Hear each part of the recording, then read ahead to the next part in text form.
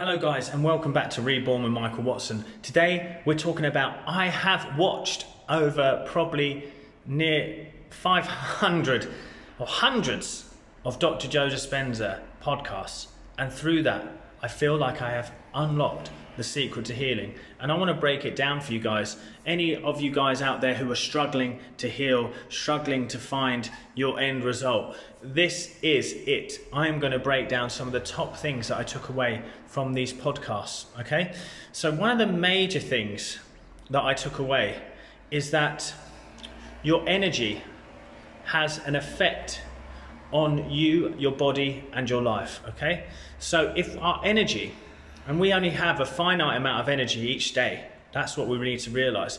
If our energy has an effect on us as a being, then we need to be really protective of our energy. Okay guys, so we need to really have a think about this.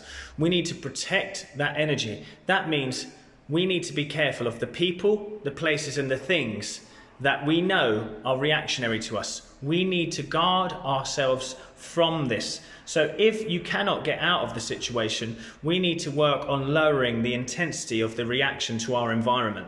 That includes family members and friends. Many of you out there who are healing and doing Dr. Joe's work and still saying to yourself, why have I not had my healing yet? You need to ask yourself, is there someone or something in my life that is adding to my pain, that is making me react, that is making me stay in the emotional frequencies of guilt, resentment, anger, frustration, all of these different things? There is so much out there that we need to be mindful of. So this brings me on to my next point. The whole point that Dr. Joe is going on about with meditation is that you practice being consciously aware of your emotional state of being. So the next step is you have to become so aware of your natural state of being, the habitual way that your thoughts and feelings want to flow, guys. You need to become aware if you are blaming someone else for all of your troubles, if you do feel a certain sense of self-pity, self-hatred, if you are someone who is not feeling totally in awe and in love with the being that you are. Now this is a healthy respect for yourself. If you have still got these lower frequency emotions and we're not noticing them, you can do all the meditations you want. But if you come out and you're then not consciously aware of who you are being and acting like, how you're reacting, how your energy is feeling, you're not going to make any transformational changes in yourself. These are the secrets that we are unlocking here. Dr. Joe Dispenza also brought up something wonderful that really got me ticking. The meditations are designed so wonderfully, but Dr. Joe Dispenza brought up his own special technique that he adds on. He has a special thing that he does before his meditations. He sets out a pure intention. He actually starts to get himself ready for a meditation. So he does pre-meditation work. He doesn't jump in straight away, just hoping and expecting to find that sweet spot. He does a lot of prep.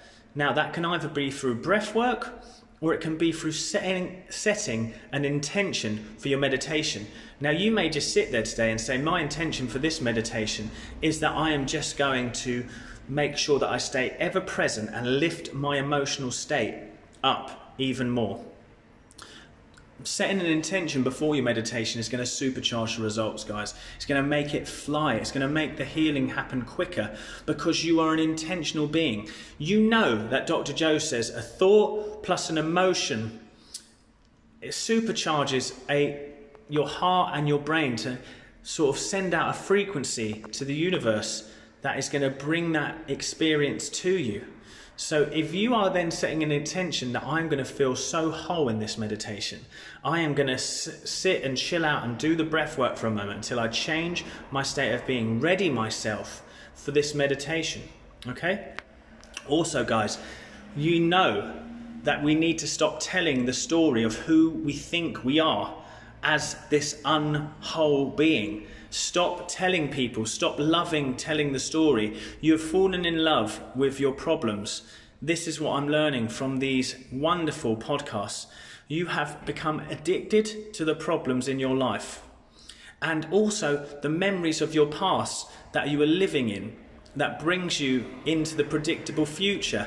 You see, the thing that really struck me is when he said 50% of the memories that you're remembering are actually made up, so you can feel more at home, more at peace with telling this story of why you are the way you are. Stop feeling at peace with it. Start to question, am I truly why I am because of anyone else, or have I allowed myself to get here? If I have allowed myself to get here and all my thoughts and feelings create my experience, then I need to start being really careful about what I think about and what I feel about in particular.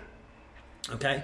And the last bit here, guys, the kicker of it all is that you need to stop checking in. Someone who is whole, someone who is healed, someone who is wealthy, someone who feels amazing, doesn't keep checking to see if they feel awful or unwell or if they're poor. They just be, they exist in that moment. They start to become present.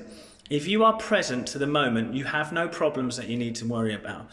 You see, because the present moment, even if you are someone unfortunately suffering with a major illness, the present moment doesn't strike you as any immediate danger, because in this moment, the 1 millisecond of the present moment, if we can get that deep into it, there is no danger for you.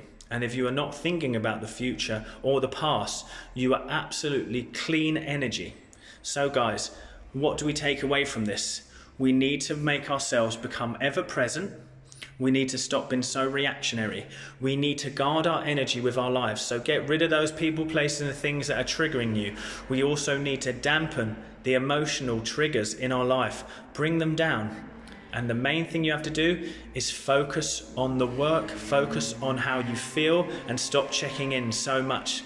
These are the great lessons I've learned. I hope it helped you too. If you need any more help, come to michaelwatsoncoach.com. Please do like, share and subscribe this video. It really helps me. Comment down below, even if it's just to say, hey, it really helps this channel grow. Thank you so much, guys. Sending you all the well wishes and love in the world. Take care.